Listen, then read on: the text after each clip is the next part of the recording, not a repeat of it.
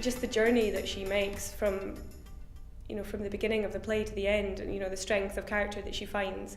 And at the beginning she is very much a young girl, and by the end she's a woman. The challenge of making it real, I think, that he's not just airy words and unbelievable action and gallivanting poetry.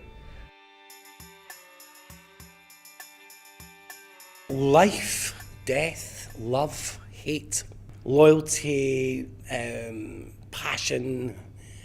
Shakespeare deals with absolutely everything in just about all his plays. So you're never short of any themes. I quite like to get a bit of comedy into what I do, because I think that's a massive part of life. And so I make sure that there's always a good slice of comedy to keep the tragedy in balance. Juliet, in 5 words, I would say young, bright, impetuous, headstrong, and passionate. 5 words to describe Romeo: a fish out of water.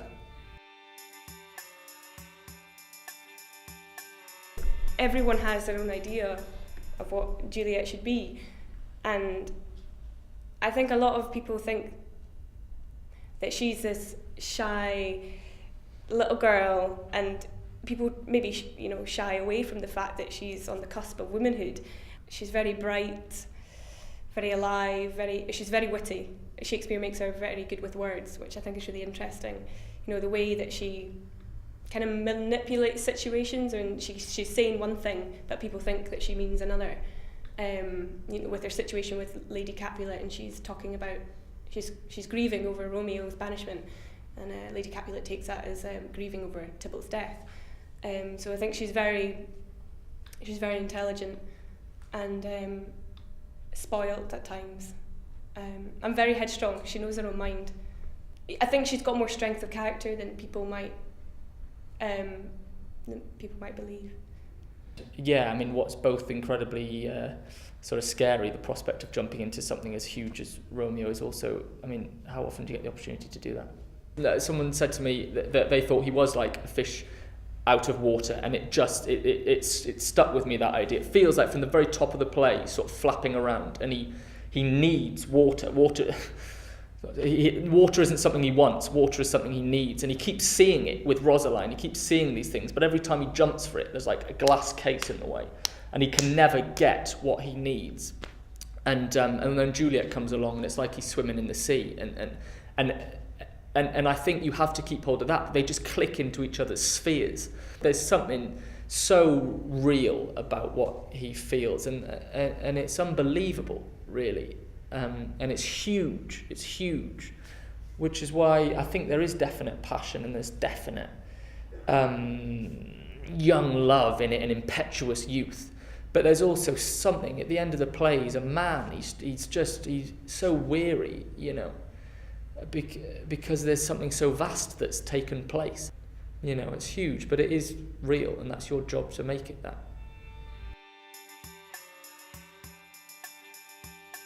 The language of Shakespeare, I find, is challenging, and this is my first Shakespeare role.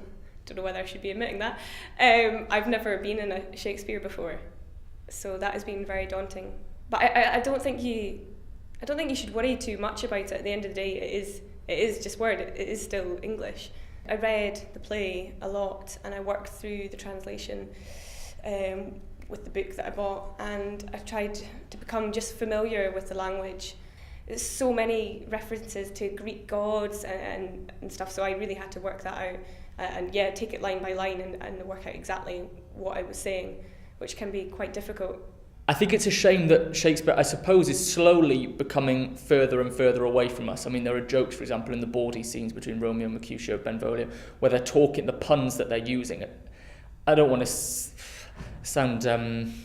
They seem sort of inaccessible. Yeah, one of the things I think that I've been trying to say to the actors in the process has been, let the words do it for you. Because if you try and get an emotion before it, let the emotion come to you. Shakespeare allows you to do that.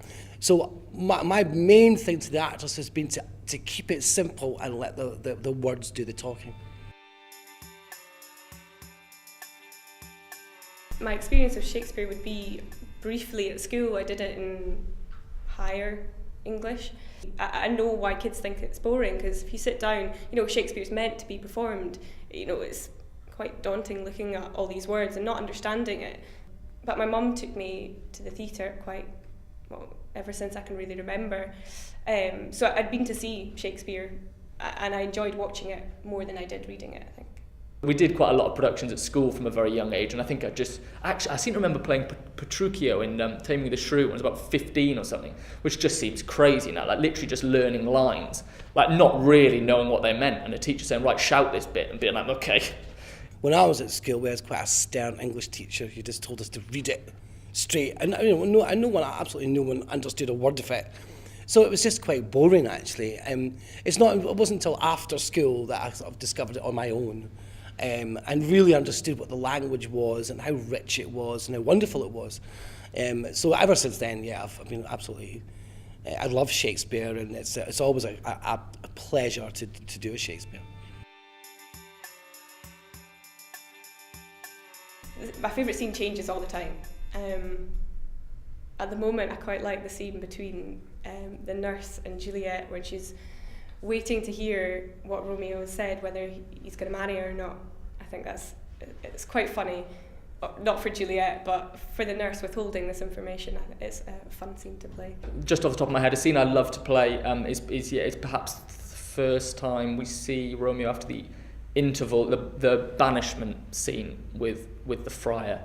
The way Shakespeare writes it psychologically, I think, it's so psychologically accurate. It seems what he's going through, how it turns from sort of disbelief through sort of arriving at anger, kind of bitterness, just dealing with and because exile is something that we don't have nowadays. I don't know what to relate that to, really. So to try and make that an alive horror for the audience to see as well, this thought of him being sent 6 hours away or whatever. Well, the balcony scene and the final scene in the tomb, actually, we've just got to that quite recently, actually, and it's beautiful. It's beautifully written, and both scenes are, and in the morning as well, before he has to leave for Mantua. It's beautiful. It's beautiful writing. Well, in particular this production, because it's about young people and how they deal with their emotions and their passions in a very adult-dominated world that's actually in the middle of this feud. So I think it's got a lot to say to young people, and I would thoroughly recommend that they come to see it, and I promise them they'll enjoy it.